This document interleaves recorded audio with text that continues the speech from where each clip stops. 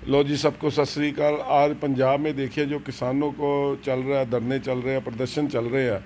और मैंने आज एक अपने पंजाब के एमपी साहब जो पार्लियामेंट में बोल रहे थे कि बेचारे किसान क्या करेंगे यदि गवर्नमेंट उनका अनाज नहीं उठाती है या एमएसपी जो होती है। मुझे तो इतना ज़्यादा भी नहीं मालूम है, हो सकता है मैं कुछ थोड़ा सा गलत बोल रहा हूँ। यदि वो किसान की फसल को सरकार नहीं उठाती है तो अब क्या आप करेंगे पंजाब के बेचारे किसान। मैं एमपी साहब से ये कृपया एक दरख्वास्त चाहता हूँ कि देखिए, मैं एक व्यापारी हूँ और एक धनिया का आइटम होती है, धनिया खाने वाला, जो 40 भी बिक जाता है, 140 भी बिक जाता है। इलायची बड़ी है, 300 रुपये किलो भी बिक जाती है, 200 भी बिक जाती है और 1500 2000 रुपये किलो भी बिक जाती है। अब ग्रीन कार्ड में इलायची हरी देख लीजिए, नीचे में 500 400 रुपये भी बिक जाती है और ऊपर में 6-6 हज़ार रुपये किलो भी बिक गई है। वो भी किसानों का फ़ायदा हुआ। अब हमको अपने किसानों को, पंजाब के किसानों को, यदि हम डिमांड सप्लाई के बारे में शिक्षित कर दें और यदि आप बोल रहे हो कि यदि एक साल भी हमारा पंजाब का किसान अगले साल कनक को नहीं तैयार करता है, जो ना नहीं तैयार करता है, जो चावल नहीं तैयार करता है, तो एक साल तो अभी अभी का साल तो प्रॉब्लम आएगी। मैं समझता हूँ कि भाई एकदम से उनको इतने पैसे भी घर में नहीं हैं, क्योंकि उनकी फसलें ही बेचारी 18-20 रुपये, 15 रुपये, 12 रुपये किलो की हैं। तो क्या उसमें वो घर में लेकर जाएंगे, क्या कमाएंगे।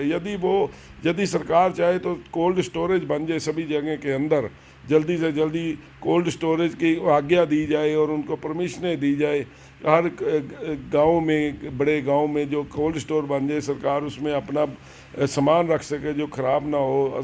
थोड़ी सी कम दरों में बिजली का बिल भी वहाँ पे कोल्ड स्टोरों को मिल जाए, भी किसानों का माल ख़राब ना हो। सब्जी उगाए किसान को अपनी बताना चाहिए कि भैया यदि एक साल ज़्यादा कनक हो गया तो आप इसको थोड़ा कम उगाओ और फसलों में ध्यान दो। जैसे एक हल्दी होती है आइटम महाराष्ट्र में, वो अभी 50 रुपये भी बिक जाती है और 150 रुपये किलो भी बिक जाती है। वहाँ का किसान समझने लग पड़ा अभी इस बार ज़्यादा हल्दी हो गई है तो मैंने अगली बार हल्दी की वही अपने खेत में दूसरी फसल को उगाना है। और हमारे पंजाब में यदि हम इनको यही बताएंगे आप बेचारे हो, आपने कनक ही उगानी और सरकार ही इसको कनक को खरीदेगी, वो आपको 12 रुपये किलो या 2 रुपये किलो या 5 रुपये किलो, 4 रुपये किलो देगी।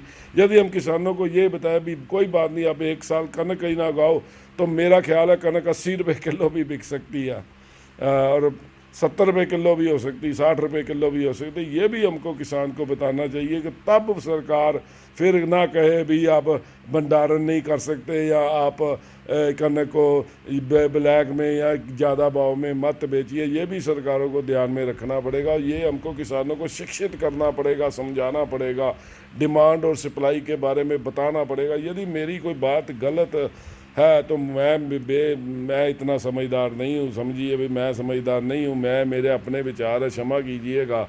हमको किसानों को शिक्षित करना पड़ेगा, कोल्ड स्टोरेज का भंडारण के हमको जगह बनानी पड़ेगी और किसान को डिमांड और सप्लाई के बारे में बताना पड़ेगा। मेहरबानी, यदि कोई मैं गलत बोला हूँ तो कृपया मुझे, मेरा नंबर 9814055065 है, तो कृपया मुझे आप बताइए। शायद हो सकता है मुझे समझ इसमें नहीं आए, मेरे मन में काफ़ी छच्छोपन है अभी। ये मैं समझता हूँ कि भाई, क्योंकि मैं एक व्यापारी हूँ, मैं डिमांड सप्लाई के बारे में थोड़ा समझता हूँ, तो मैं चाहता हूँ मेरे पंजाब का किसान भी इसको समझे, डिमांड और सप्लाई को, और इसमें फ़ायदा उठाए। और हो सकता है कि एक साल या 2 साल के बाद वो 50, 60, 70 रुपये किलो अपनी कनक बेचे। मेहरबानी, थैंक यू, शुक्रिया।